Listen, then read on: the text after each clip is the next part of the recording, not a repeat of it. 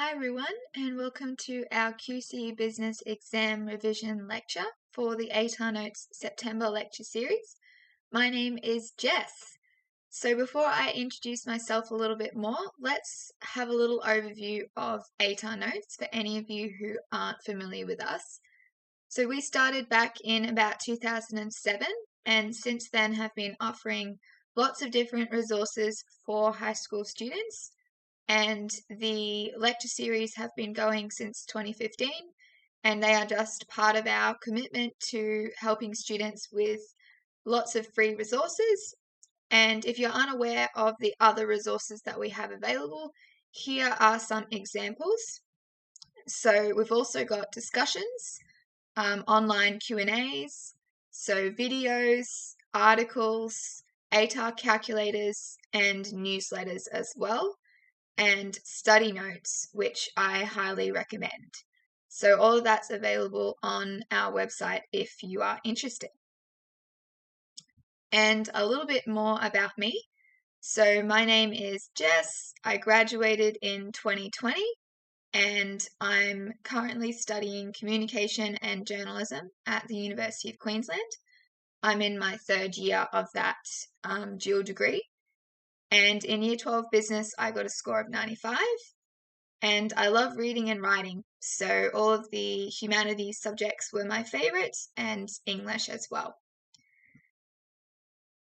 Okay, so in terms of what we're covering today, to start with, we're looking at the content that you need to know.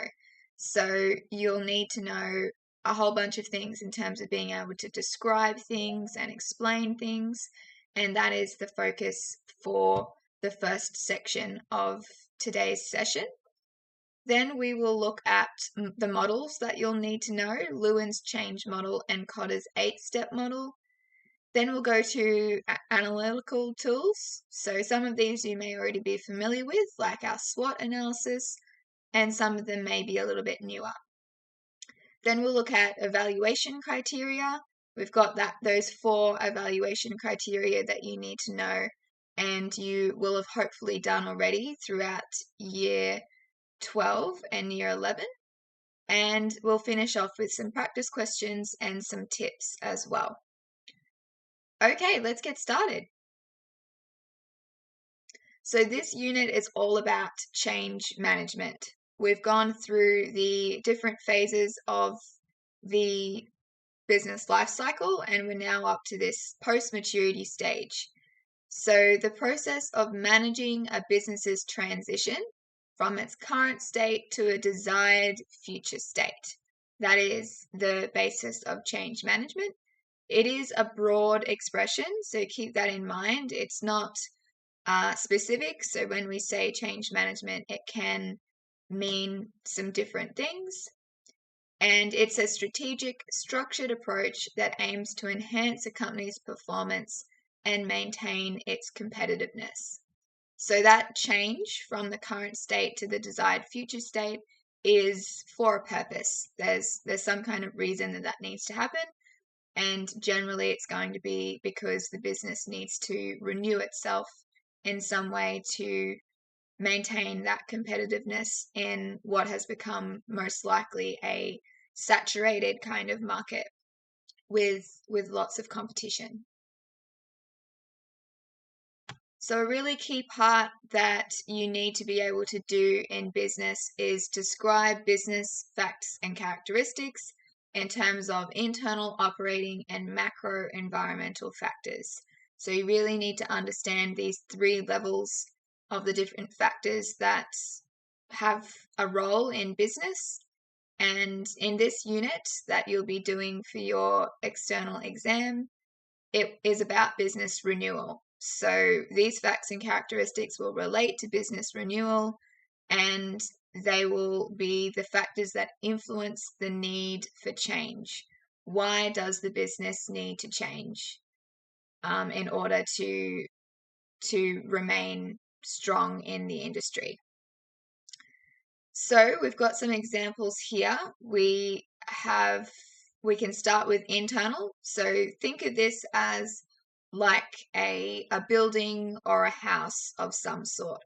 Your owners, your managers, your employees are all on the inside, and so is the structure of the building and the culture within that environment. It's all internal in the business, all inside that building.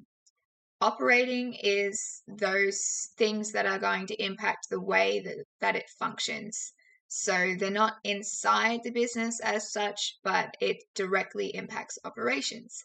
Customers, competitors, suppliers, and interest groups just refers to any other parties that are going to be affecting that operating side of things, who are stakeholders that are interested somehow. And macro, we can remember that using that STEEPLE acronym. You will have done a STEEPLE analysis before: sociocultural, technological, economic, environmental, political, legal, and ethical. And those are those outside factors that impact the business. So macro that means sort of the bigger. You have micro, which is the smaller, and macro is more all-encompassing. So you can see that macro falls on the outside of our diagram there, because it is those outside kind of forces. So if we have a look at some examples of some of these, we've got Dreamworld. So it's internal and employees in this case. The environmental factor influencing the need for change was employees, because we had the Thunder River Rapids ride accident back in 2016, and employees, as a result of that accident, put pressure on the company to provide training, so they had the knowledge and skills to operate the rides safely, to avoid those sorts of incidents in future. So that's an example of someone inside the organization putting pressure on the organization to make a change. And that was also relating to business renewal, because Dreamworld really suffered as a result of that incident in terms of their reputation and their sort of record in the public eye. So that they needed to change, and the employees were directly behind that. And keep in mind that we will see with these examples, and you will see with everything that you do in business, that these are all overlapping. So while this example we've spoken about employees, there are other things that you could relate this to as well. So maybe you could say the organizational culture was pushing that need for change, because they didn't have that strong culture of having the training, having the sort of trust in the systems and things like that. You could also relate it to things like legal. So they may have been actually required by law to make some changes because of the practices not being up to standard, for example. So definitely very interrelated, but you can see how some are more relevant than others for different types of examples too. We've got Coca-Cola as an example of operating for customers. So customers impacted the need for change, because they have some changing demands around things like the different sugar content that drinks have, the packaging and the sustainability of packaging, and also just diverse tastes of different people as well. So these sorts of factors, these consumer kind of demands, have impacted Coca-Cola's change over time, because they've had to cater to those diverse tastes, introduce products that are healthier, so the different sort of zero sugar options and things like that. And also, it's resulted in Coca-Cola making packaging recyclable as well. So you can see again here how this intersects with other aspects of our diagram. You are talking about customers and how they are impacting the need for change, but it also relates to the environmental macro factor and the sociocultural environment macro factor, because that's about culture and people and the demands of people. So definitely overlapping in lots of ways. Another operating example for competitors, we've got Esprit, which is in that retail industry, and the competitors drive the need for change because it was a saturated market.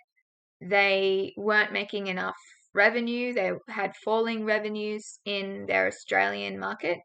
So their strategy was to change operations to concentrate their efforts in the Asian market instead. So sometimes competitors can drive change in terms of driving you out of a sector entirely.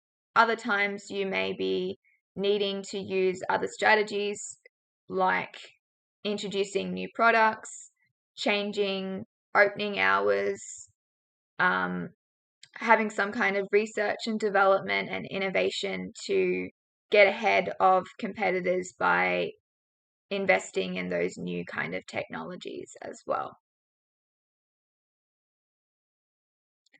Lego, a macro environmental factor. So in this case, the environment is our macro environmental factor.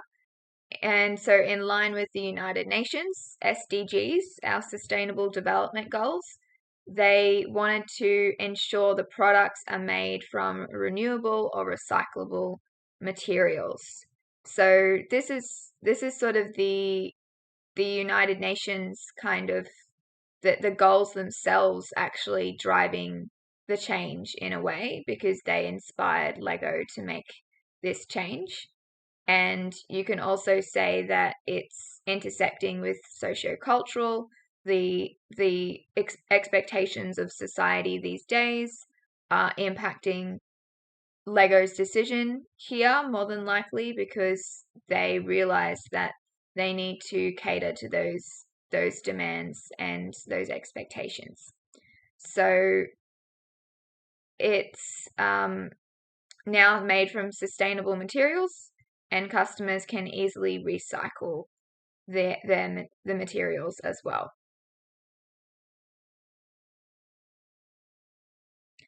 So now we're going to have a look at the drivers of change. These are really important for you to know, because the whole idea of business renewal, you need to understand what drives the business renewal. And the drivers of change will also come into some of those analytical tools that we will look at later on as well. Corporate culture is our first one, and that's all about the values and the beliefs embedded in a business, and that includes in the employees as well. And it distinguishes different companies from one another, because different companies are going to have different corporate cultures, different styles of the way that they work, and that is going to be that differentiating factor.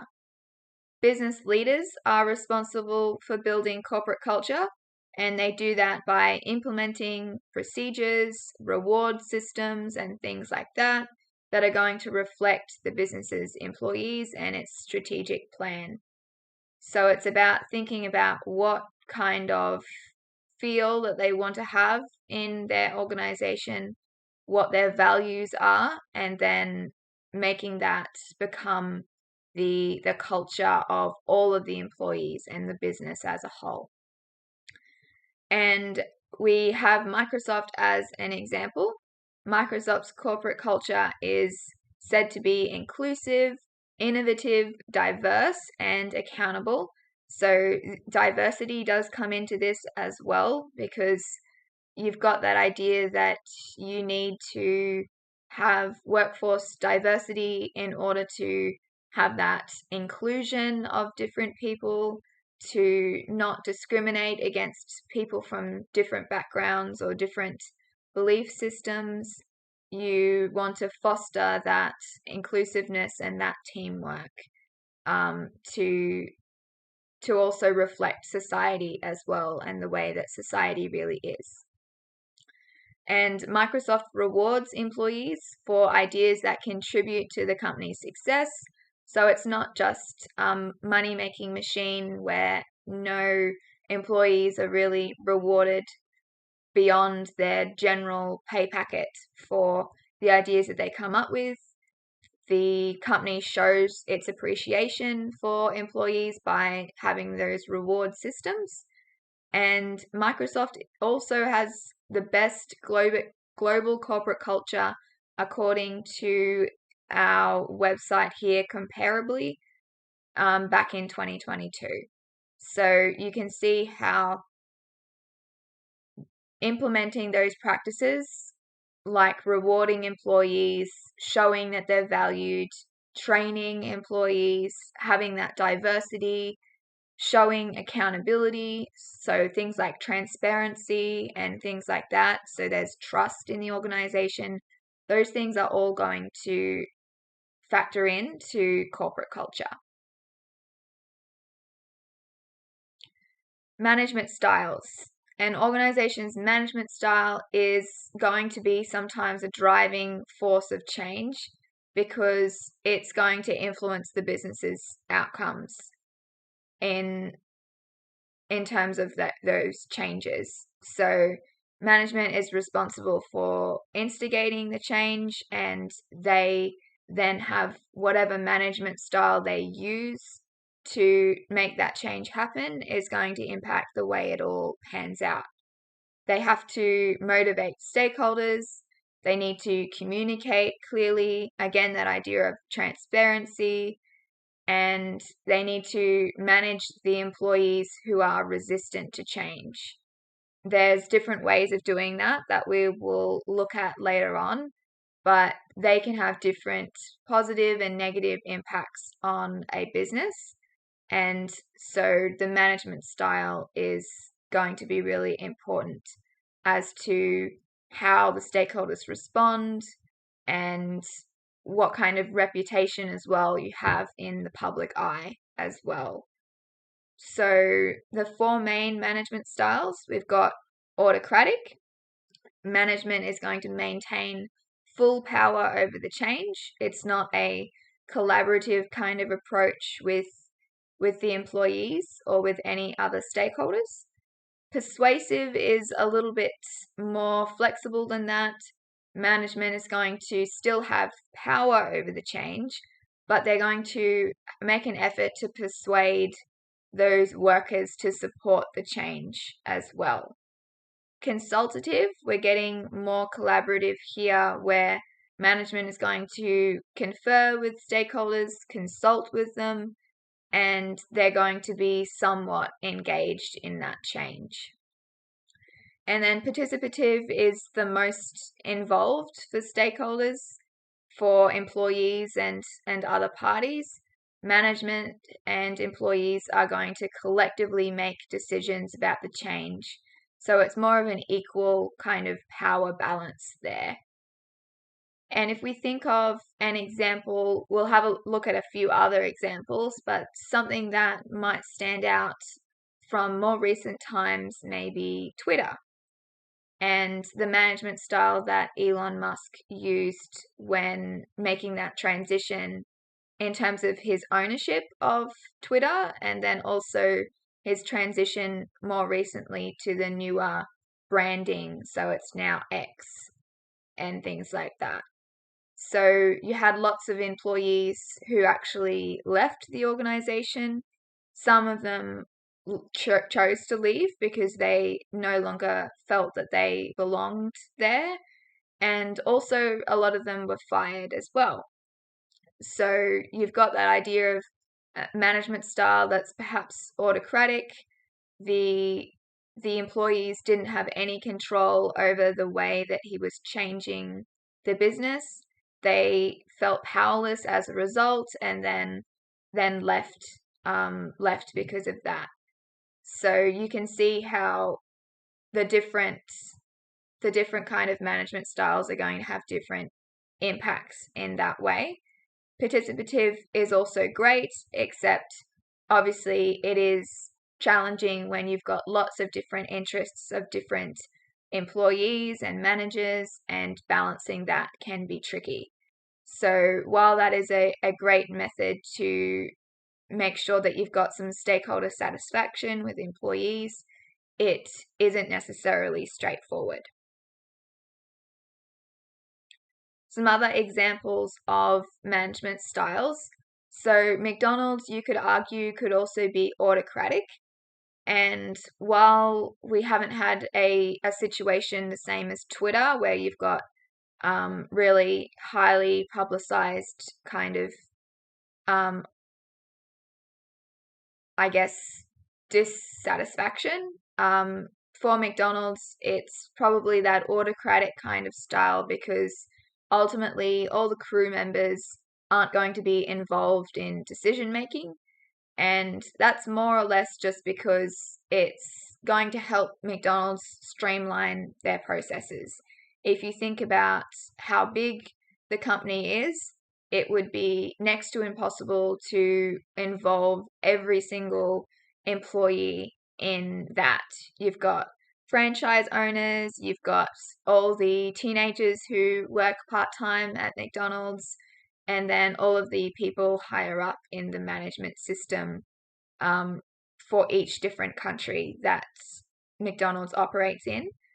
So it's going to streamline their process and be a lot easier to make it autocratic. You could say perhaps that maybe it's also a little bit of a, we've got persuasive perhaps, but that maybe doesn't extend all the way down to the crew members right at the front counter serving the different food. And a consultative example, we've got Boost Juice. Boost Juice is going to have that consultative kind of style because the business asks for staff input, and managers encourage all staff members to contribute to team discussions at monthly team meetings. So having those meetings is allowing that dialogue to happen, allowing those different employees to have a say. And in terms of autocratic, again, oftentimes you'll see that big businesses are going to have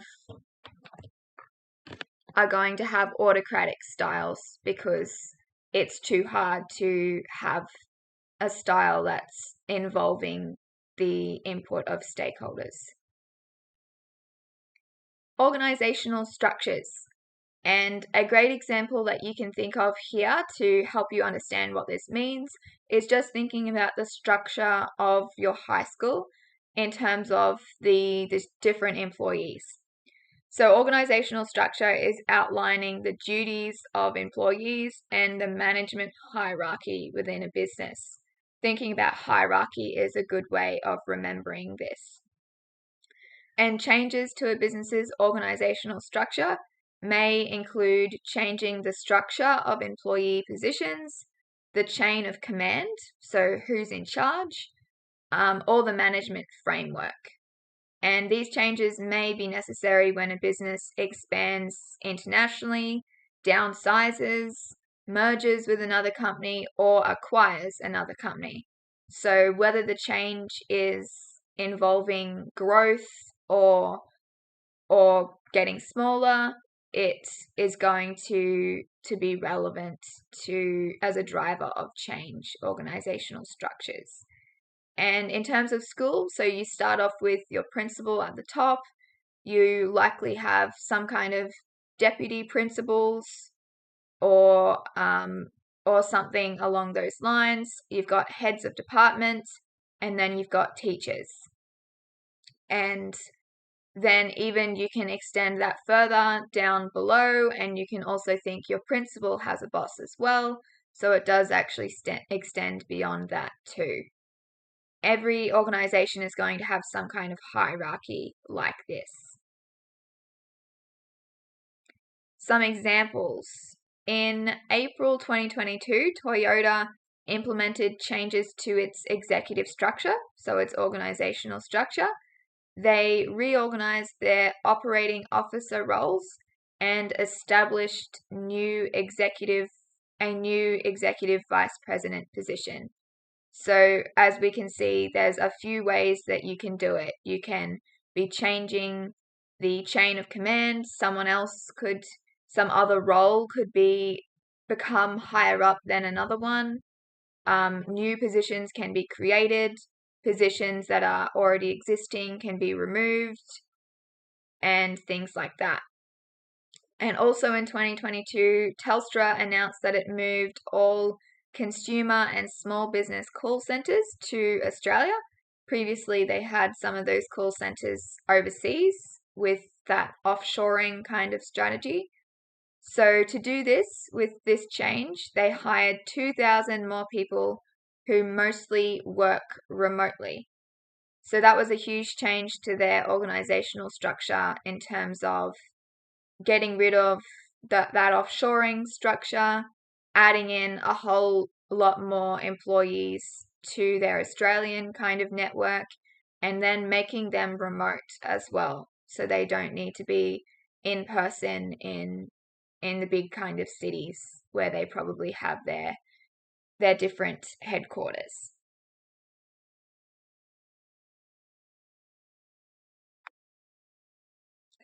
Competition is another huge driver of change, which we touched on when we looked at the operating macro and internal factors. So businesses have to monitor the strengths and weaknesses of their competitors, not just themselves. And they need to look at shifts in the business environment and evolving customer needs. And they need to do this so they can continually adapt to the competitive environment. Otherwise, they may not remain relevant and attractive to consumers. If things are changing, opinions are changing, other things are sort of trending in society, then not failing to monitor is going to result in the business falling behind. You can think of if you are on social media and you're not keeping up with the trends, then you're going to fall behind with understanding what's happening in that kind of landscape. And if you're some kind of influencer, then you're going to fall behind in terms of being relevant and attractive to your followers. So this kind of applies to more than just big business. It can apply to individuals as well. And competition can be a driver of change when those existing competitors change things like their pricing or their advertising strategy. Maybe they introduce new products. That could be through sort of innovation that they do, research and development that they do to find new products to create, and then using new technology as well. And then, of course, when a new competitor is going to enter the market, so some kind of competitor that wasn't already there, that's going to result in a big change in the competitive landscape for that business. So a number of years ago now, in the supermarket kind of space, you had I think it was a Dutch company that was going to come into Australia as a new supermarket chain, and that would have greatly impacted Woolworths, Coles, Aldi, etc. So that didn't end up occurring, but it would have been on the radar of those businesses because they would have had to have come up with strategies to make sure that they didn't greatly lose their existing market share.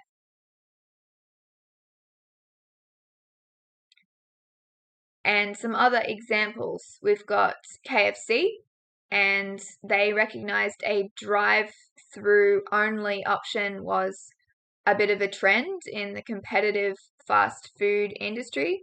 So back in 2019, they opened their first drive-through only store in Newcastle, and this involved using new technology. because, of course, without employees, you have to have the technology to make sure that it's operating effectively. And you can see a bit of a visual of what this was planned to look like as well. Another example you may be even more familiar with is the Woolworths and Coles rivalry when it comes to all their collectibles series. So back when this started, it was 2018. Coles was actually the first one to launch collectibles, and that was their little shop collection. And Woolworths actually suffered as a result of that in that quarter for their profits, and they realized that they needed to respond in order to, like we said, remain relevant, remain competitive, and appeal to clearly what the customers were showing that they wanted. So they then launched their own collectibles. You had things like the different Lion King ones and the Oshies and those sorts of ones that all came out as a result of that. And we continue to see collectibles series today as well. And just in terms of thinking about how that can intersect with other considerations, if you think of the environment, that was one of the big kind of controversies when it came to these collectibles, because they are made of plastic. And some people weren't happy about the idea that they were producing all of these little collectibles that were going to just be contributing more to the environmental problem that we're facing. So that you can see how you can have different values among consumers, and that can result in different things in terms of competition and the way that you choose to strategically respond. Legislative compliance. So we've got lots of examples from the supermarkets. You can see that they are definitely relevant in terms of drivers of change. And so federal, state, or local legislative changes can make change necessary within a business, because ultimately, if you don't comply with the law, then you're going to have some kind of consequences. It could be a fine, it could be something more serious than that, some kind of ban of some sort. And the introduction of new laws can also compel businesses to alter their practices to ensure compliance.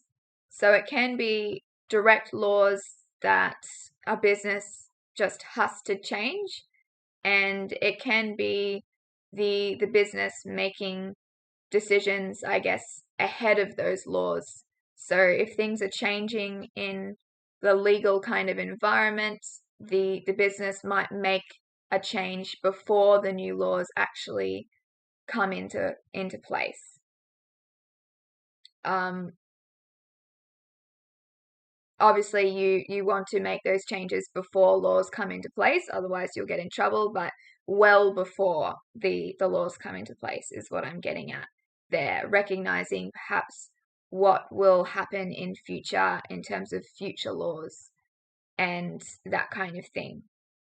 We've got plastic bag laws as an example. Again, in 2018, retailers had to stop supplying customers with the single-use plastic bags we used to see all the time, and they had to change their practices as a result of those laws, and they would face fines if they didn't comply, or as well if they gave some misleading information about plastic bags, then that would also result in some kind of consequences too. Some more examples: minimum wage laws.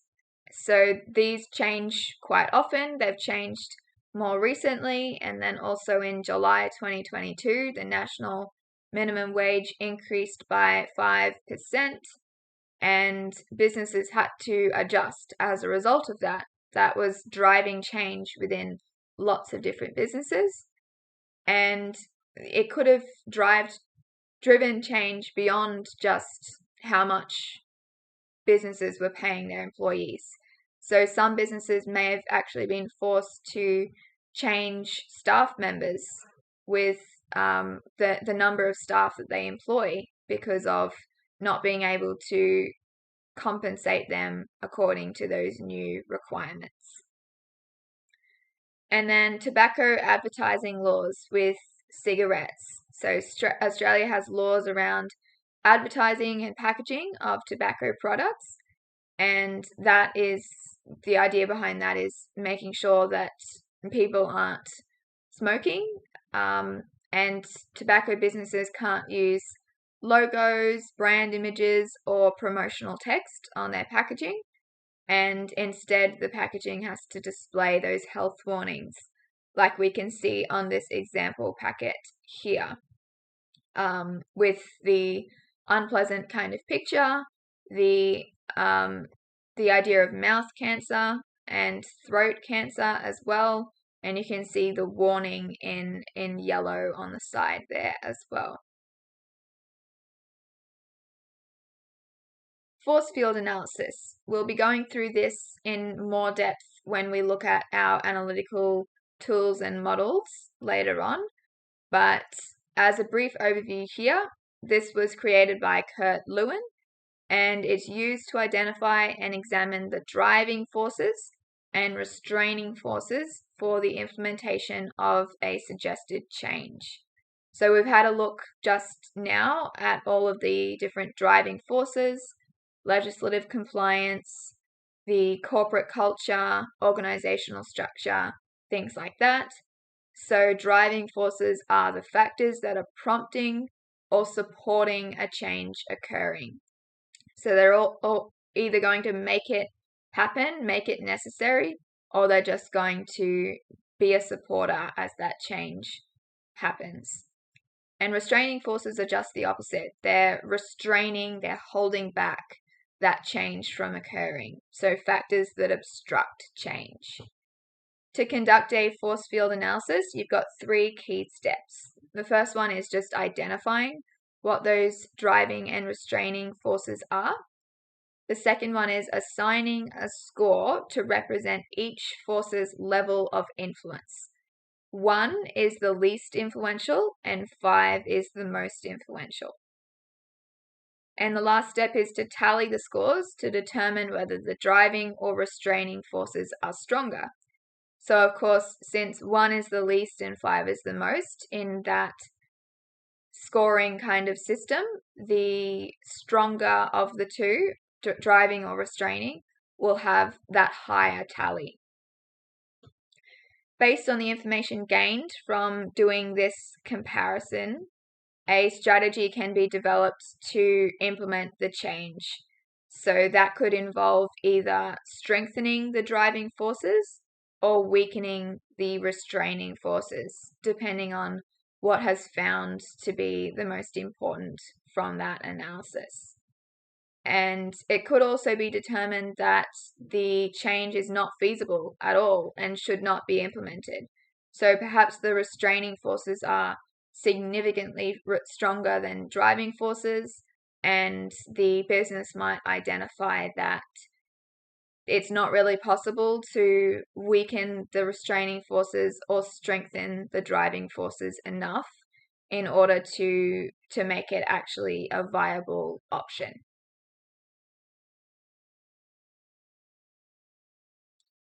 Performance management. So performance management is a process in which management reviews the overall performance of a business and its employees specifically as well to determine how goals can be better reached. And performance management can help to identify strategies to enhance the performance of employees, and it can also improve the overall productivity through reviewing the business processes and changing those if necessary. Our example here is Google. So Google introduced a new rating system for employees and streamlined its evaluation processes in 2022. Performance ratings now happen once per year, and promotions happen twice per year. So you've got that idea of looking at how employees are performing, that idea of checking with those performance ratings, and then also having that rewards system as well with promotions. So it's about looking at ways to enhance the performance of employees, and promotions can be that motivational kind of strategy to make that happen. And if they're more motivated, then that can have that flow on effect again of increasing productivity.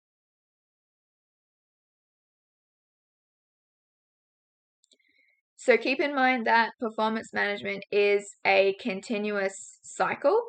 It has 4 stages. We start off with setting objectives. What are the goals? Then we've got measuring performance. Providing feedback is step 3, and identifying the needs and requirements is that last step. And it's going to continue around in that cycle kind of format. You need to be able to identify the needs, and once you've done that, you'll be back to continuously looking at measuring performance, looking at feedback. You don't just want to measure performance once and then leave it at that, because then you're going to lose that momentum that you may have had. If employees aren't being checked up on, then maybe they'll lose their motivation to continue to be as productive as they can be.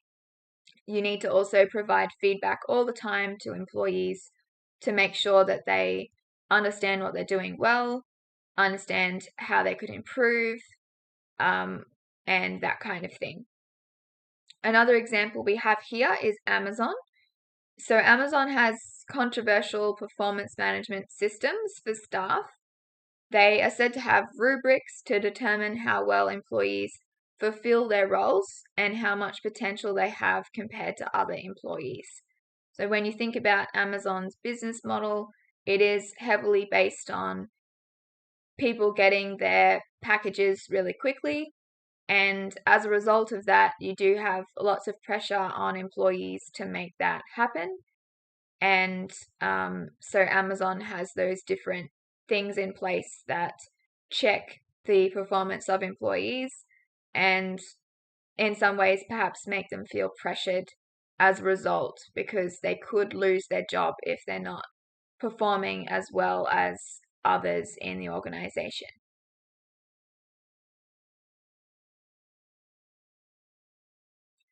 And performance management can result in several outcomes during business transformation.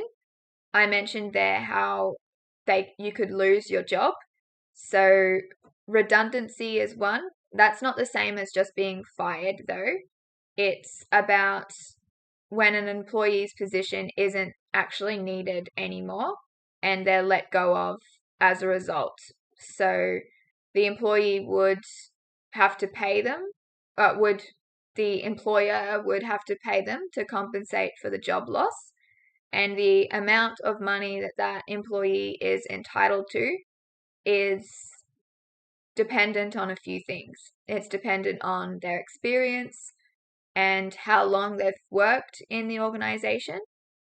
And oftentimes it's easier to make redundant someone who has less experience and less time in the organization, because they will be entitled to less money, and that is better for the business than needing to have big payouts for experienced staff members. Retraining is another potential outcome. And so this is just when employees are taught more about the activities they have to perform as part of their role. You would get training as part of your induction at the start of your role, But then things change in society at large, and then also just the organization specifically. So you need to continue to respond to that and adapt to that by training and retraining employees so they're up to date all the time. Thinking just about a classic kind of example of COVID-19, which would have affected lots of businesses when it came to retraining. They would have had to have had lots of retraining of employees so they were aware of the different requirements around, for example, if you think about the food industry, food safety and that kind of thing. And on that note, with COVID-19, that also resulted in lots of redundancies as well.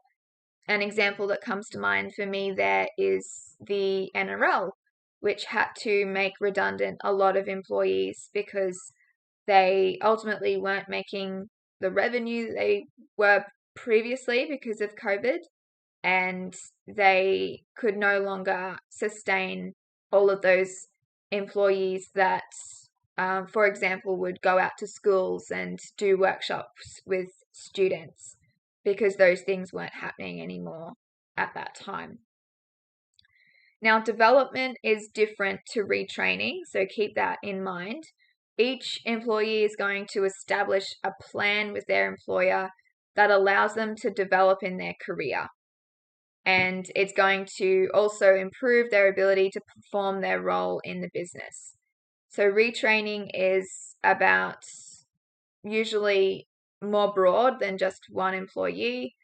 It's going to be about those skills and learning how to do those activities as part of their position. Development is more of a one-on-one thing with the employer. It's about the individual employee having that plan so they can develop in their career.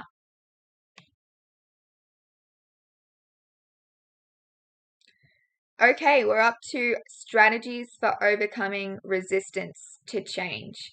I mentioned earlier how there are some different strategies for this, and when we were talking about the management styles, and you can see that we've labeled these ones as either low risk or high risk, depending on the amount of risk the business would be taking on by using the strategy.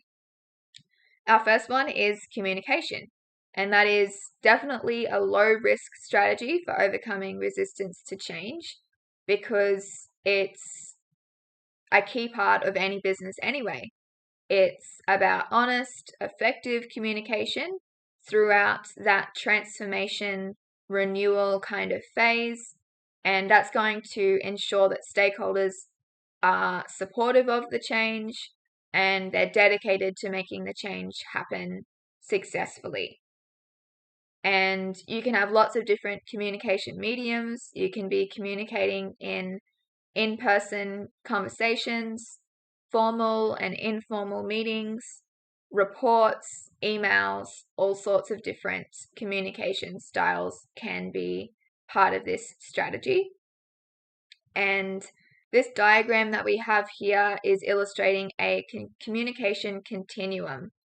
And so a business could follow this to overcome resistance to change. You make employees aware of why the change is necessary, what's sort of happening in the business environment, and then that's going to lead to them understanding that need. And with understanding comes that idea of alignment. So they're going to align themselves with that understanding, with that way of thinking, and they'll be then on board with that, and that'll lead to that acceptance idea. Once you've accepted the need for the change, understand how the change needs to happen and why, you'll then have that commitment to the change and commitment to being part of making it happen. So communication should ultimately occur regardless for any kind of change, because if you think about not having communication when a change is happening, then you're definitely going to have very poor stakeholder satisfaction because employees are going to feel in the dark. You're not going to have good transparency, and they're not going to feel like you value them enough to involve them in the decision making. Another low risk strategy for overcoming resistance is participation. And so this is more of that active kind of involvement. We saw earlier that the participative management style was the most collaborative kind of style that there was. And so participation is about encouraging that staff engagement in the change process, and that's going to make employees feel like they have a sense of control and they have a say, they have a voice, and that will work towards enhancing the business's corporate culture. If employees feel like they're being ignored or they're not valued, then that is not going to lead to a very pleasant environment within that business. So that's why participation is really a strong strategy. And involving employees can act as well as that motivational tool, because when they feel listened to and appreciated, they are likely going to enjoy coming to work more. They're going to be more enthusiastic and more inclined to share their ideas and be involved in the business's success. And so participation is a low risk strategy. So you may think that every business should use this. It sounds great, but that doesn't mean that it's easy as well. Definitely when you have a big business too, it can be really tricky to have that staff engagement with every staff member. And if you're only engaging with some staff members and not others, then that can lead to further problems in terms of that sort of imbalance, that unfairness. So keep in mind that while there are lots of benefits, it doesn't mean that it's an easy strategy to pull off.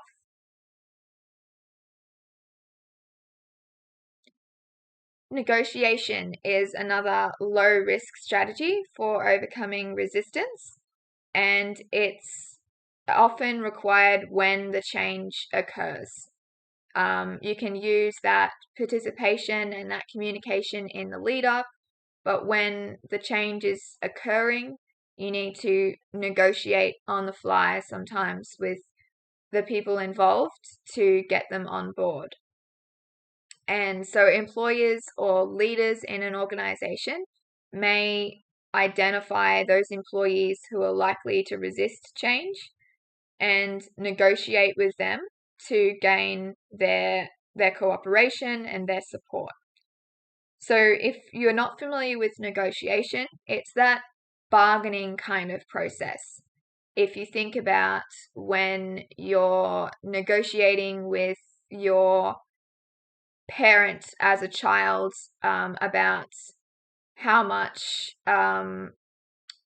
money you're going to get to be able to spend at the theme park or something like that, you may say $10 and your parents might say $5, and then you may say $7.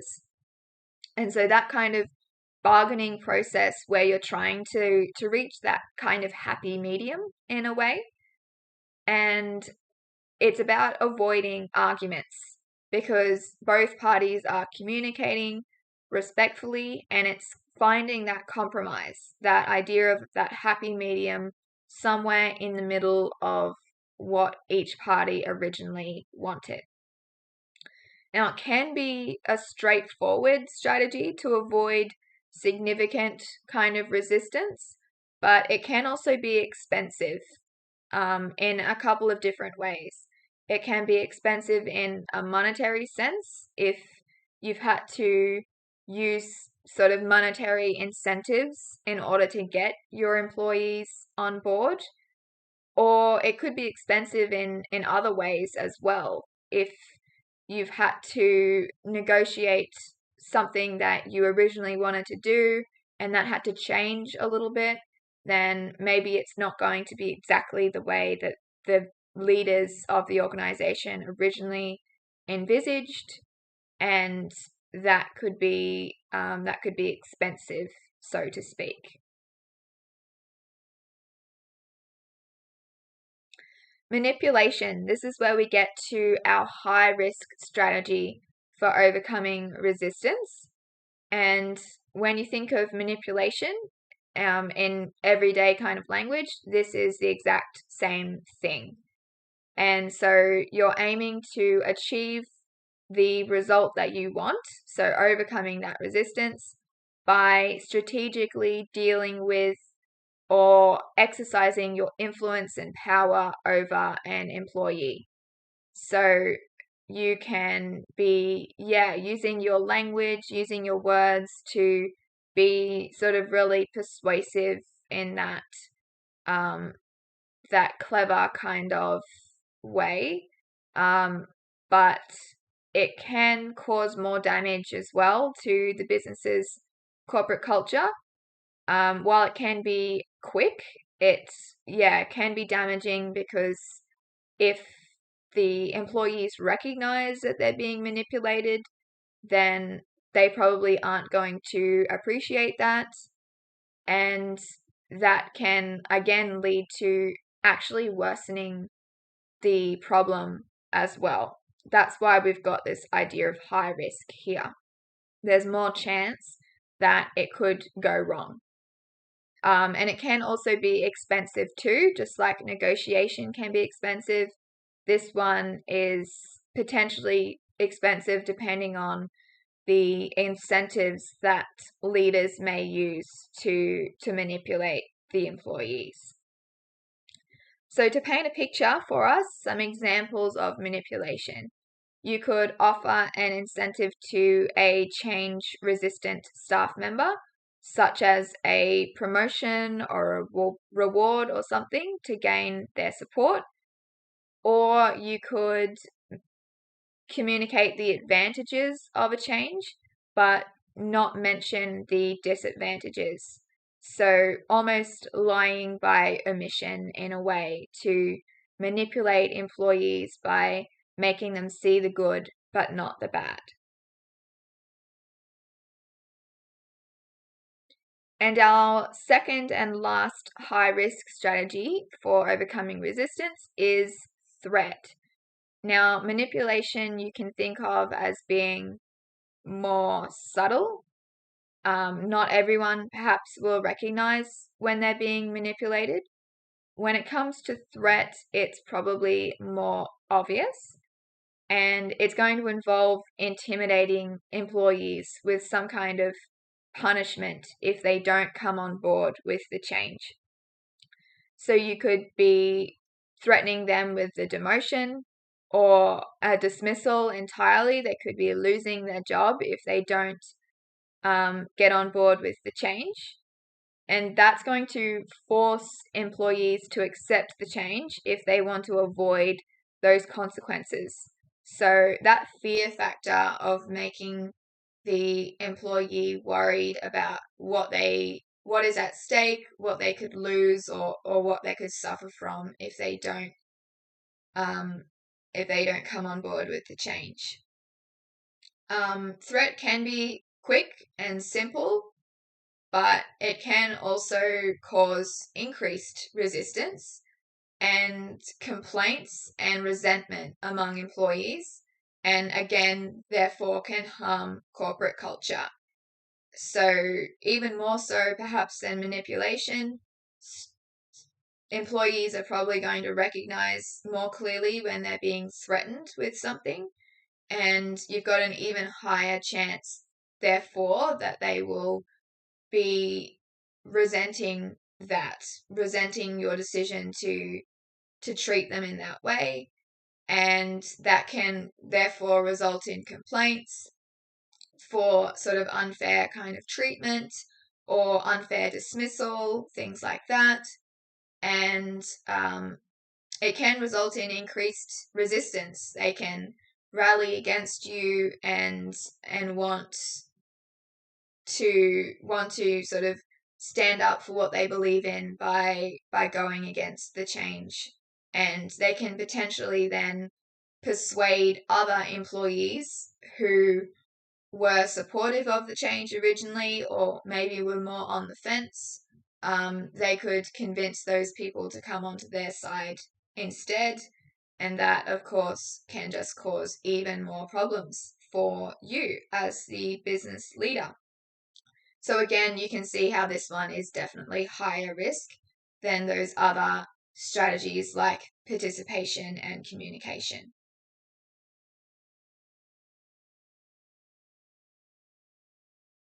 Okay, now we're on to the role of consultants and professional services. A consultant is an external professional hired by a business to offer advice on particular issues that are affecting the business, and then analyze the business's efficiency and its effectiveness. And so a consultant could help a post-mature business, which is what we're looking at. Remember, this is the post-maturity stage, and it's about renewal and being in that final stage of the business life cycle. So strategies to minimize expenses, they could help with providing ideas around that. Strategies to regain market share, and then expansion opportunities as well. Some businesses in the post-maturity stage can have that renewal and then actually continue to grow. Other businesses may need to shut down, or they may need to find ways to minimize expenses to ensure that they don't have to leave the market entirely. And post-mature businesses may have lost some market share after falling into post-maturity, and they may want to regain that with the help of a consultant who's that professional in that field. On the other hand, you've got professional services, and these people are also specialists in their field, but they're offering external expertise to businesses. So they're different to consultants because they are accountable for their work-related activities because of the nature of the knowledge they provide. So when you have a consultation, you're getting the advice from that person, but if the advice doesn't work out, then they're not liable for that. It's your sort of choice to trust them with their thoughts on an issue. Whereas professional services, you can think of that idea of professional, they have that liability. So things like roles like accountants, lawyers, solicitors, doctors, engineers, and architects, you can have really serious financial and health and legal kind of implications if you don't get the right advice from these kind of professional service providers. So that's why they are accountable for what they tell you.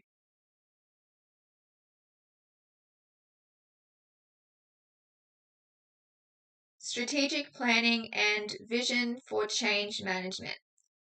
A vision for change is the position that a business hopes to be in after a change has been introduced.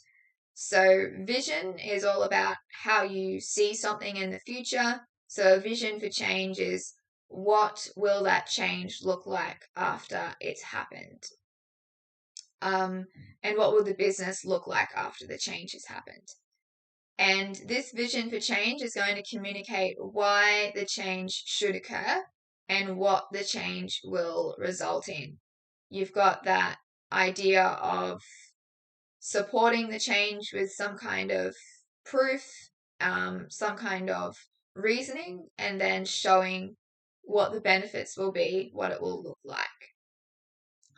A strategic plan is a strategy developed by a business that's going to detail how the change will actually be executed.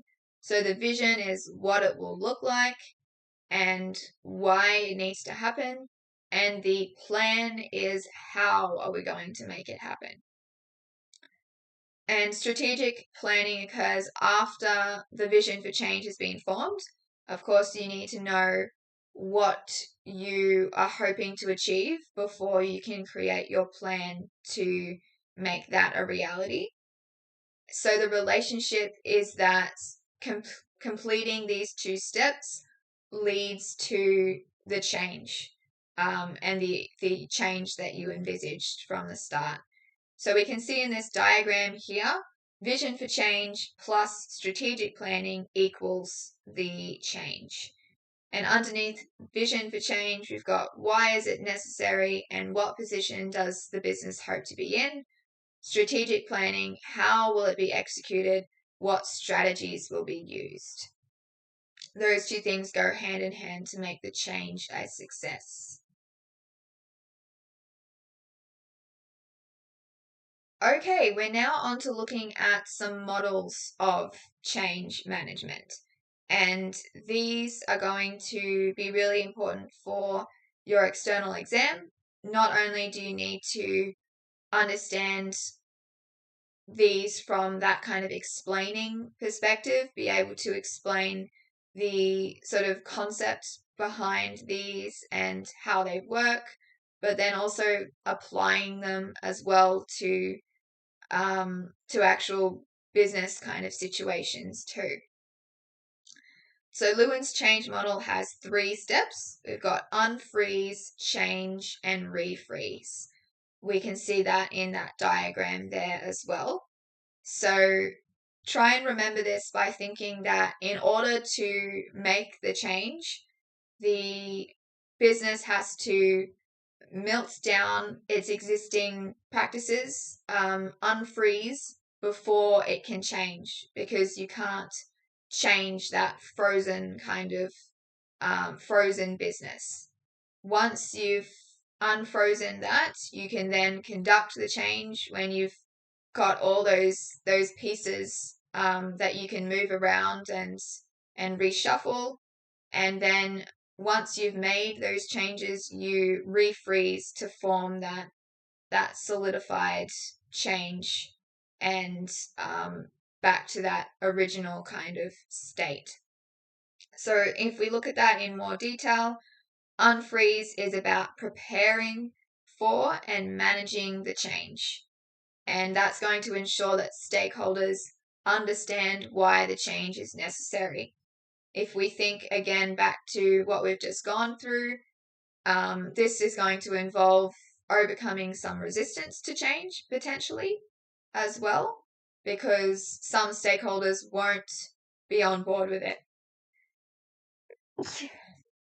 Excuse me.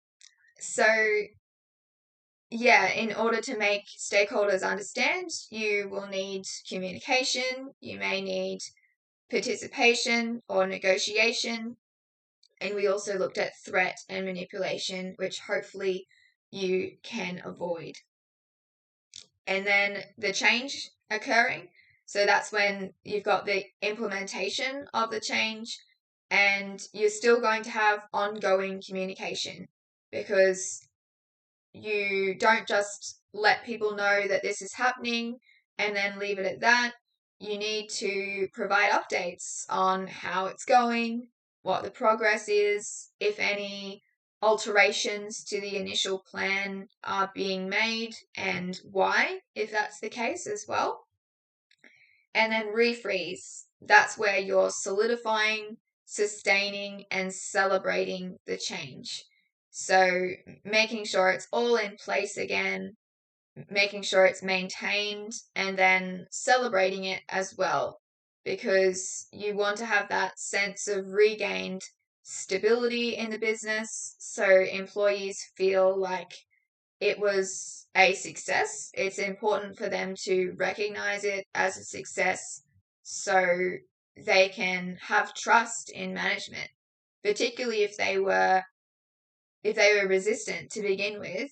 Then showing that it actually was successful is perhaps going to mean that in future they will have less resistance to begin with and greater trust in the management to make decisions that are right for the business and its employees. So also celebrating as well is just a good part of corporate culture as well. You want employees to feel valued. They probably had a role in that change being executed successfully. So showing appreciation for them is also a way to make your corporate culture strong, leading to motivation, leading to productivity, leading to the strongest business possible. Lots of flow on effects. Something that might be a little bit trickier for you to remember is Kotter's theory, so his 8-step model of change. This model helps businesses to execute change successfully by providing that framework for the implementation of a change. And it's about making sure that employees are participating in the change and accepting the change. You can see that we've got 3 overarching phases and then some steps, either 2 or 3 steps in each stage. So phase 1, is create the climate for change. This has parallels with Kurt Lewin's model that we just had a look at, where you're preparing for it, you're unfreezing the organization to make that change, get that in the works, I suppose. So first of all, we're creating that sense of urgency. This is about persuading stakeholders that the change needs to happen and it needs to happen now. Then you're forming a powerful coalition. So by this, we just mean a team, an authoritative team that's going to be able to implement that change. You've created that sense of urgency that it needs to happen. Then you're forming the team to be those people who are going to bring it into fruition. And then you're creating a vision for change, which we looked at before, where you're looking at those strategies and what it will actually look like once the change has occurred. Our second phase is engaging and enabling the organization. You want to, after you've created the vision, you want to communicate. So this is about engaging the organization and the people within it. You need to ensure that all stakeholders are notified of the change. So they would have already been aware of it because you had that sense of urgency that you would have created at the start. And you need to make sure that you're making stakeholders aware of the change before you get to this second phase. Otherwise, you would be springing it on them too much. So ensuring that stakeholders are notified, and if any changes have been made from what was originally proposed in step 1, then you would be outlining that here as well. Step 5, empower action. Remove obstacles and empower others to follow the vision. If you do have resistance to change, then that's coming into play here with the business needing to try and remove those obstacles like that resistance to change. And then creating quick wins. Acknowledge and reward the people involved in the change. And again, this factors into motivation, to corporate culture, feeling valued and celebrated. So showing the people involved that their contribution is valued. Then the last phase is implementing the change. So you want to build on the change in step 7, consolidate the change, and pursue sustained improvement. You need to maintain what you've been able to deliver and then hopefully continue to build on that as well. And then lastly, you want to make it stick. Ensure that stakeholders are aware of the success of the change.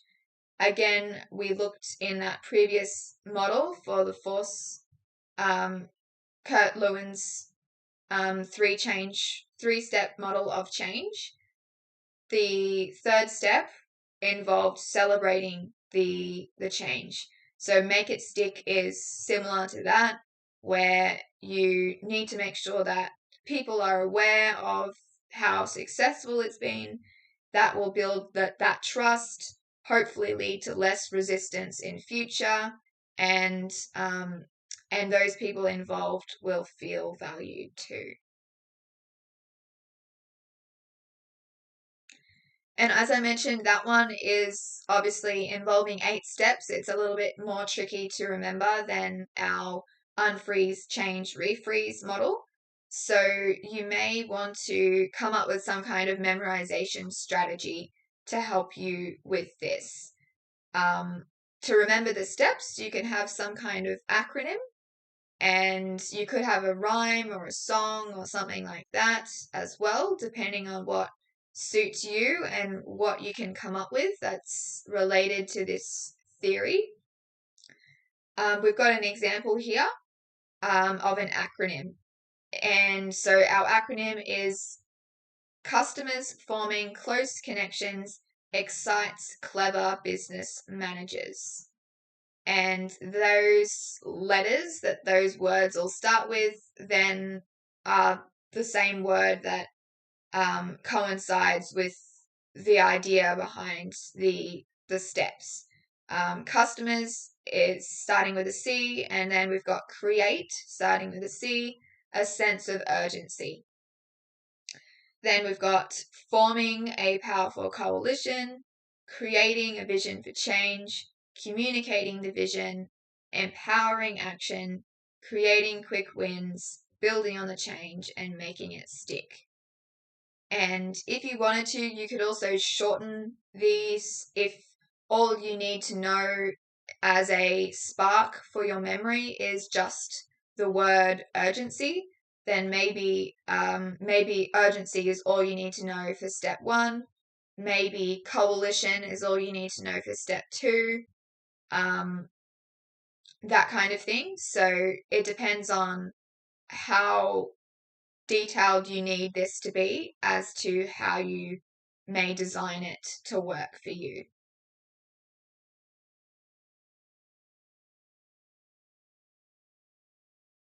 Okay, now that we've done our models, we're on to our analytical tools. And so in terms of the syllabus requirements, when it comes to analytical tools, you have to select data and information relating to the stakeholders of a business in the post-maturity stage to analyze power interest, and a business that has undertaken change management and analyze the strengths, weaknesses, opportunities, and threats. A business in the post-maturity stage to analyze pressures for or against change. You can see how each of these corresponds to those different analysis tools, which we'll go through next. So it's all relating to businesses in the post-maturity stage. First one, you're looking at the power interests of stakeholders. The second one, it's the strengths, weaknesses, opportunities, and threats involved in the change management. And then pressures for or against change for a post-mature business is the force field analysis. And then looking at drivers of change to analyze the business situation using a SWOT analysis. Remembering those drivers of change are things like legislative compliance, corporate culture, organizational structure, things like that. Once you've selected that data and information relating to that post-mature business, you then need to look at interpreting relationships, patterns, and trends. So the power interest grid, you're going to draw conclusions about the implications of transformation. So in terms of people with different levels of power and different levels of interest, what kind of conclusions can you draw about the impact of transformation on those things? You'll be looking at the SWOT analysis to draw conclusions about the implications of change management on our 4 key pillars: financial, human resources, marketing, and operations. And then lastly, the force field analysis to draw conclusions about, again, the implications of transformation. Now, keep in mind, this may feel like a lot of stuff, but you won't be doing all of these things. So in your external exam, you're not going to have to do a power interest grid and a force field analysis and a SWOT analysis. So for your business report extract section, if you have that kind of question where you have to do a more detailed look at some stimulus and a business situation, you will get either the power interest grid or the force field analysis that you have to use, not both. So keep that in mind. However, you do need to be across both of them because you don't ultimately know what will be on the exam. So let's have a look at each of these types. So we've got force field analysis to begin with. Lewin's force field analysis is a common change management approach, and it's used by businesses to implement change.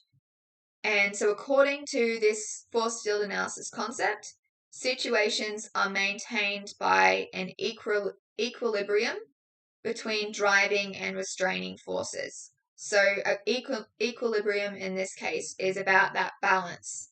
It means that you've got both driving and restraining forces on either side. Driving forces have to be strengthened or restraining forces have to be weakened for the situation to shift and the change to occur. And this change management technique is going to maximize the likelihood that the change will be successful because it helps businesses to identify any obstacles that are in the way and overcome them. So you can see an example here that we've got for Avon. You've got driving forces, what is making the change, what's supporting the change, and then restraining forces, what is preventing that change. So if we look at this in more depth, we can see that the driving forces in this case are outweighing the restraining forces. And so you have your change in the middle, what is going to happen. In this case, we've got Avon changing their business model by discontinuing door-to-door sales in favor of online sales methods. So Avon back in the day was very well known for door knocking. Different sales representatives would come around to your house and sell you the different cosmetics products. And of course, that is not so relevant in today's day and age because we tend to buy online. We tend not to be home during the day kind of period anymore because we have more gender equality. Women are working these days rather than being at home in that kind of housewife role. So we can see why this change would be necessary, but at the same time, there are some restraining forces. If we have a look at some of the examples of that, so driving forces, we've got reduced expenses because of the lack of those sales representatives that you would no longer need. The competitive idea, so that's we saw that earlier, that driving force of change can be the competition. consumer demand for e-commerce and convenience, that idea of people and technology coming together to influence that need for change, and that idea that women are not at home as much anymore. It's more common for women to be able to have that job now where they're not at home. And so those are all our driving forces. And you can think of lots of these as well. This is just a bit of an excerpt. Restraining forces, the cost of implementing new technologies. You, of course, need to have a system for online purchases. Loss of point of difference. So it would mean Avon was blending in with other organizations. And then sales representatives would be redundant. So you've potentially got a corporate culture issue there, needing to let go of a whole lot of valued employees. And then loss of relationships between Avon and customers. So a big strength of that strategy was that they did have that one-on-one kind of rapport between sales representatives and the customers, and that would be lost by going to online sales methods. And so we can see that we've done our scoring as well. And keep in mind when it comes to this scoring that there's no right or wrong necessarily. So there is, you've got to definitely be logical. I mean, there's some things that you would absolutely not give a 5 or a 1. So for example, in this, the idea of remaining competitive by having an online presence, we've given that a 5 here to show how important it is. It would be okay to give it a 4 here, but for example, giving that a 1, you really couldn't justify that because competition and what others are doing in the industry is a really, really big factor in the need for this change. So don't stress too much over the nitty-gritty numbers. Should it be 4? Should it be 5? Should it be 1? Should it be 2? But just be logical and think about, can I justify the number that I've given this driving or restraining force? Now, based on this analysis that we've done for Avon, they would be able to formulate strategies to ensure that they successfully change the business model, because you do have that backing. Those driving forces are strong enough there. They could try to weaken restraining forces, for example, by developing a new point of difference and offering sales representatives positions elsewhere in the business as well. So you already have that, those driving forces in this case are already outweighing the restraining forces, but that doesn't mean that you can just rest on your laurels. You still want to make sure that you're addressing potential problems, and that means addressing those restraining forces that have been identified too.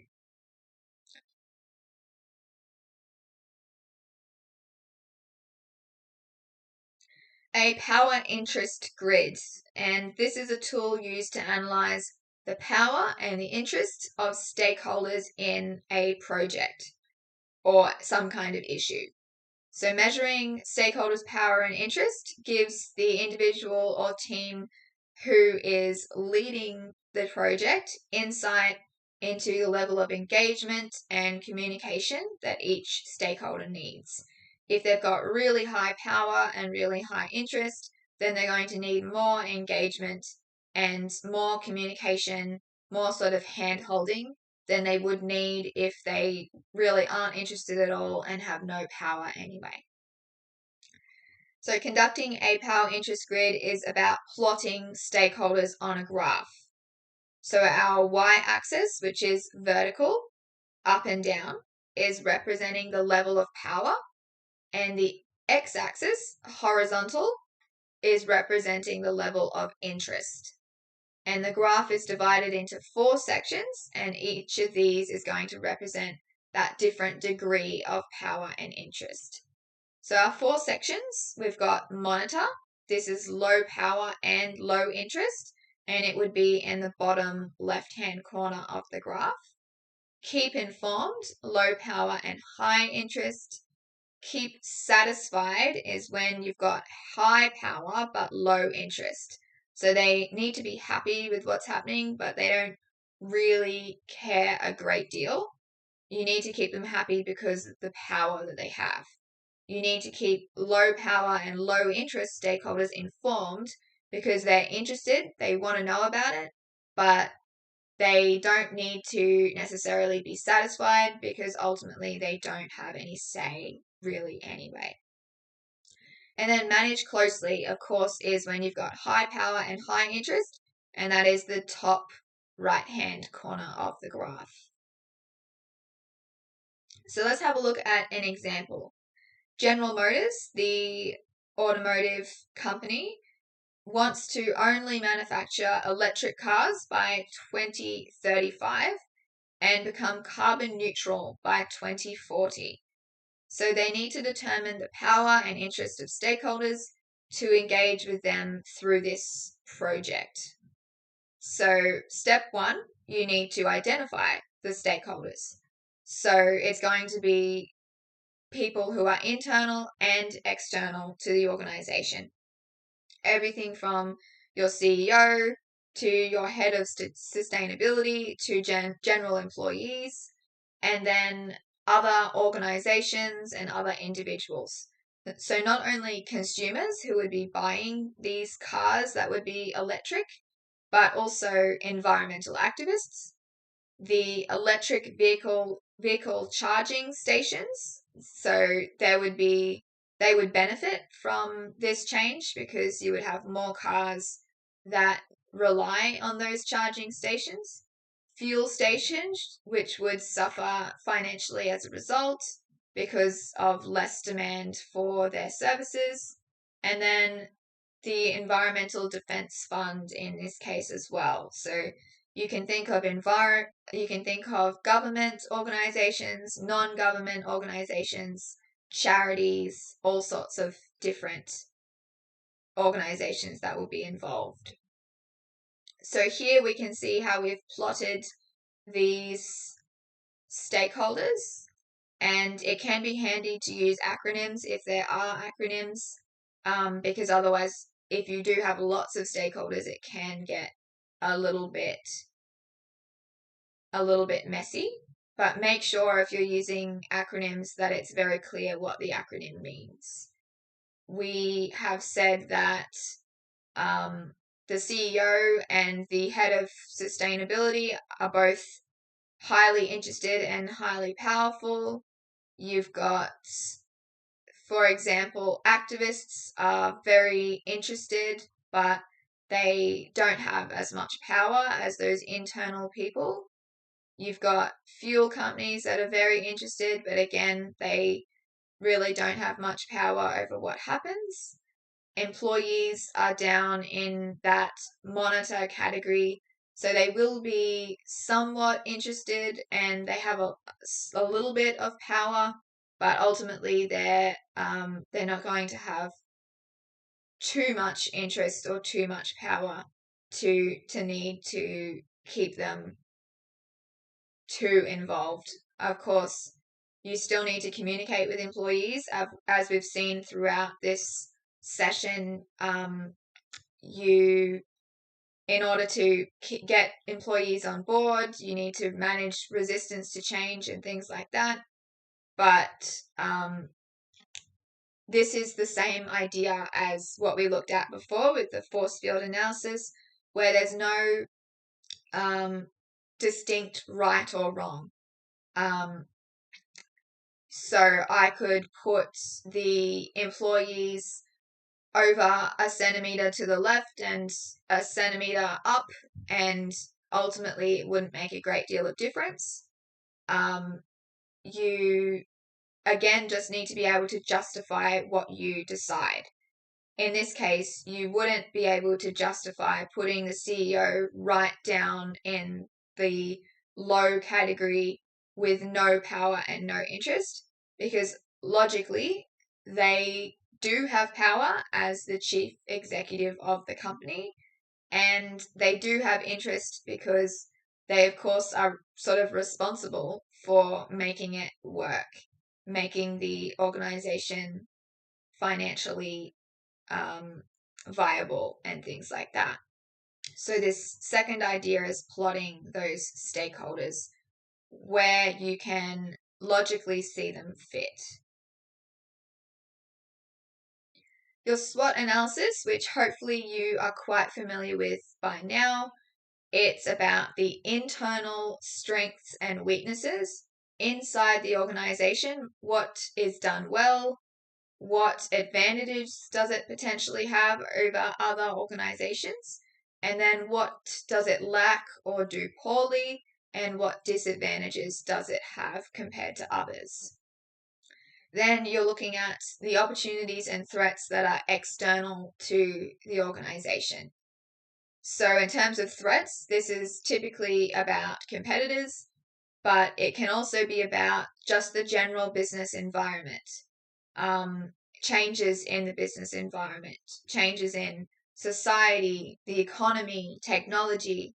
All of those can influence the business and potentially threaten the way that it does things. Opportunities. So you could think about, are there expansion opportunities? Can the business invest in new technologies? Is there an increasing demand for products or services that the business can leverage so they can get even more sales and more revenue?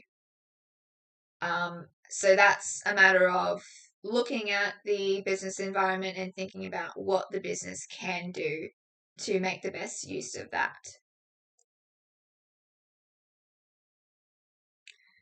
Okay, now we're on to our evaluation criteria. So in your external exam, you'll need to evaluate business strategies to make a decision and propose a recommendation. And to do this, you have to use your evaluation criteria. The 4 of these are competitiveness, stakeholder satisfaction, effectiveness, and efficiency. And there are a few things in the syllabus that you may need to evaluate. Financial management strategies for transforming a business, human resources management strategies, marketing strategies, and operations management strategies. So what I mentioned before, those 4 key pillars that you could be given. So it could be about internal, those employees. It could be about the way the business does its marketing.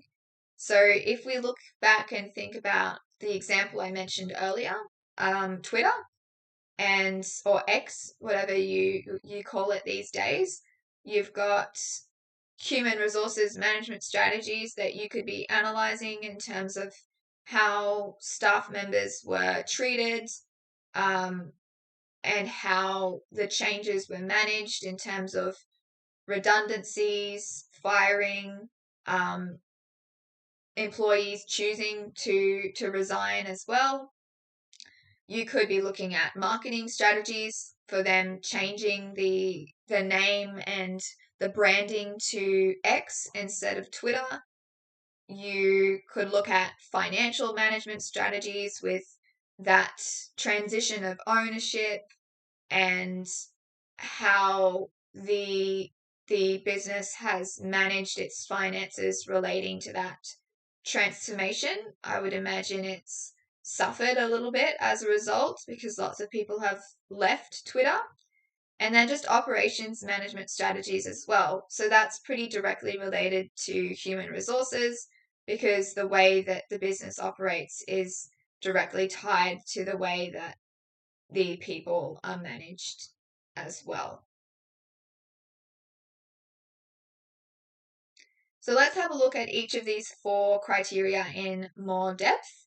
Competitiveness, you have some really good outlines in the syllabus giving you some definitions of various terms, and it does define these evaluation criteria too.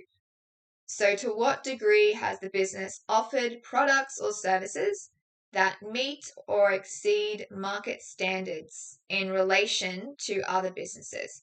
So, you've got that comparative element. You're looking at the business in comparison to others. So you can be comparing it to rival companies in the industry. So of course, it's got to be a relevant, an actual competitor that you're comparing the business to, not not a business from a different industry entirely. And there are a number of ways that you can think about and measure competitiveness. It could be profit related, which is probably the most obvious, but also things like market share, growth, or even decline as well, resources, intentions to expand, strategies employed by the business to drive competitiveness. So, all of those things that could show how it's performing in relation to other businesses. Stakeholder satisfaction. To what degree has the business considered and managed stakeholder expectations in achieving goals or objectives? And you can think of lots of different stakeholders here. It's not just, we've spoken a lot today about employees and managing resistance to change and things like that, but it's a lot broader than that when it comes to stakeholder satisfaction. It's about the internal employees, management, and then also the investors and suppliers, and then, of course, customers as well. And then even just the more broader kind of public too. And it can be measured according to factors like the customer base growth or decline as well, employee retention rates, and continued loyalty and funding from investors. So if employees are sticking around, then that's likely because they are happy with the organization, they're getting the training, and they have a voice, and all of those things that we've mentioned today. If you're growing your customer base, then that probably means you've had some word of mouth kind of traction. You've got people people speaking positively about the business and driving more customers to use your services or buy your products. And then, of course, loyalty and funding from investors is always going to indicate that they are getting good returns, that they are happy with the level of transparency and things like that in the organization. Effectiveness and efficiency are the last two. So there's a way that we can try to remember the difference. Of course, they both are sort of similar words, so it can be a little bit confusing. Effectiveness is to what degree has the business achieved goals or objectives, and to what extent has the business solved targeted problems. So it relates to this idea of goals, and it can be applied to any business strategy. If it's effective, then they will have achieved the goals and overcome any barriers in the process of that. It's about doing the right thing, choosing the right thing to do and doing that. On the other hand, efficiency is doing it in the right way, so doing things right. To what degree has the business optimized its use of resources and application of processes in achieving those goals and objectives? So it's indicated by the amount of time and effort it requires to meet those objectives. And if it takes a really long time, then that's not efficient, right? So if you take a really long time to do your assignment, then that would mean that you're not as efficient as you could be in doing that. Okay, now we're up to some practice questions. So identify 2 different management styles and explain how each style can act as an internal driver of change. We can think back to our management styles. We had participative, autocratic, consultative, those sorts of ones. So you need to, this is an example of how you need to know you need to be able to explain things and just remember the different ideas, be able to list off the different management styles and know what each involves. So you can then choose 2 and then explain how they can act as a driver of change. So you could be thinking about that participative style and thinking about how that can act as a driver of change because you're involving all of the stakeholders, all of the employees, and they are then feeling valued, motivated, more productive. They are supportive of the change, and that's going to mean that it's going to drive change more easily because you're not going to have as much resistance by involving them from the outset. Second one, we've got using an example. Describe one operating environmental factor that could influence a business manager to initiate change. And again, this is where you really need to know those 3 levels: internal, operating, and macro. Think about it like the building idea. Operating is the suppliers, customers, competitors, and interest groups. So you could talk here about, for example, competitors, and they could influence a manager to initiate change because they've introduced these innovative new products, and you need to make sure that you're keeping up with them to retain your market share and not lose out on profits. And keep in mind there as well that it does say using an example. So a big tip that I would give is make sure you not only know the content, like the theoretical stuff, but also think about the practical application of things. Think about what businesses you can actually use as an example to illustrate your understanding of the concept and of just the broader kind of business world that we live in.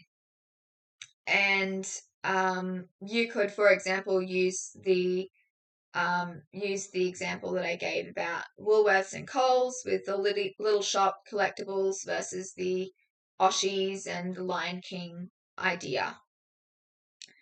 Explain 2 circumstances using, again, examples in which legislative compliance would drive change for a business in the post-maturity stage. Again, you need those examples. So wage law changes, plastic bag changes, advertising rules around tobacco and things like that. Those are the sorts of examples that you can provide, and you would need to then explain how they have impacted those businesses in terms of driving change. Last one, explain 3 activities in the management of this business. So keep in mind that your external exam is going to have made up businesses.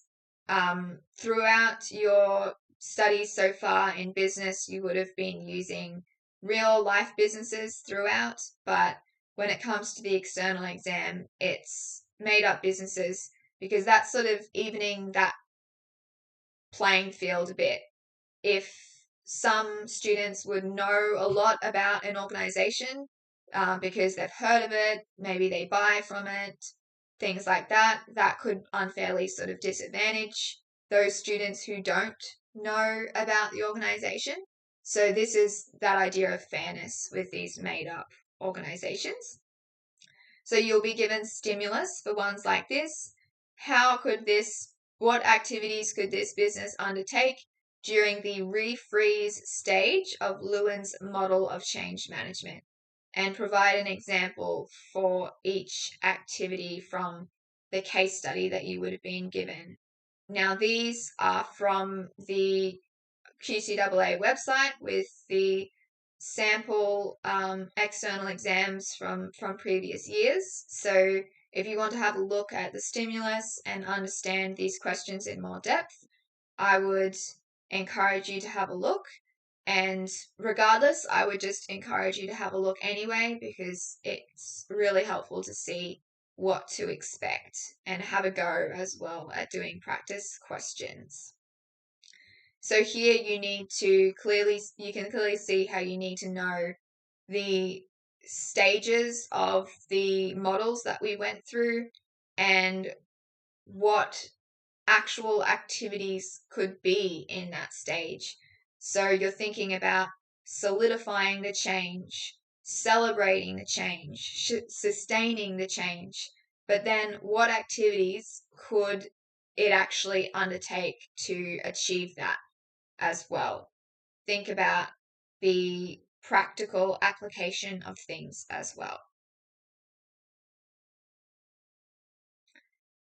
Using case study 1 to explain 2 objectives that could be included in a strategic plan to realize the owner's vision for change.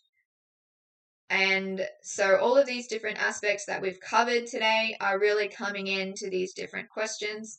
So understanding everything is important. Analyze the power interests of stakeholders and evaluate the proposed switch to a different type of operations. And we saw how we had those 4 pillars: marketing, operations, HR, and finance. So this one's an operations related question. And it's more subtle, so that you're not going to be told, like you may have been previously, use this tool. Not outright like that.